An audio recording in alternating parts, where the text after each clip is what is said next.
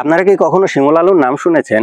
অজানা রহস্যে ঘেরা শিমুল আলু বাংলাদেশের মানুষের কাছে এখনো অনেক অপরিচিত। আমি এখন যে ক্ষেতটার সামনে দাঁড়িয়ে আছি, যে গাছগুলোর সামনে দাঁড়িয়ে আছি, এই গাছগুলো কিন্তু শিমুল আলু গাছ। আগের যুগের মানুষগুলো এই শিমুল আলু সংগ্রহ করত। আগের যুগের বাচ্চারা দল বেঁধে বনে বাজারে ঘুরে ঘুরে শিমুল আলু সংগ্রহ করত এবং এই শিমুল আলু বাড়িতে নিয়ে এসে সিদ্ধ করে নুন আর মরিচ দিয়ে খেলে অসাধারণ টেস্ট।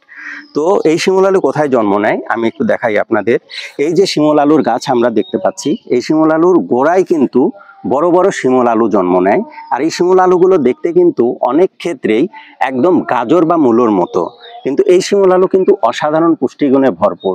আমি এখন আপনাদের এই শিমুল আলুর পুষ্টিগুণ সম্পর্কে কিছু বলবো। এই শিমুল আলুতে রয়েছে অসাধারণ আঁশ, বা যেগুলো আমাদের হজমে অনেক বেশি সহায়তা করে। আর যাদের রক্তে সুগারের পরিমাণ অনেক বেশি, যারা ডায়াবেটিসে ভোগেন, তাদের জন্য এটা কিন্তু মহা ঔষধ। তো আমাদের এখন এই যুগে অনেকেই এই রত্ন সম্পর্কে আমরা জানি না, কারণ এইগুলো কিন্তু বাণিজ্যিকভাবে চাষাবাদ করা হয় না, এগুলোর চাহিদা একটু কম, কিন্তু এর পুষ্টিগুণ কিন্তু অসামান্য। তো আমি আরো কিছু জিনিস বলবো, যে আগের যুগের মানুষগুলো এই শিমুল আলুকে কিন্তু বুনো আলু হিসাবে চিনতো।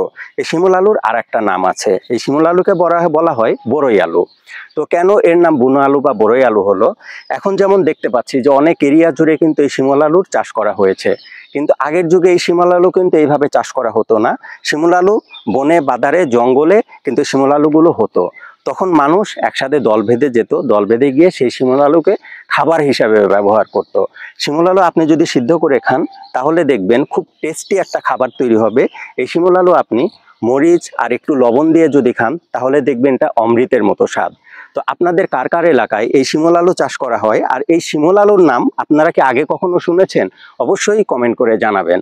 আর এই শিমুল আলু সম্পর্কে আপনারা যদি কেউ জেনে থাকেন, কোনো নতুন তথ্য জেনে থাকেন, তাহলে অবশ্যই আমার সাথে শেয়ার করবেন।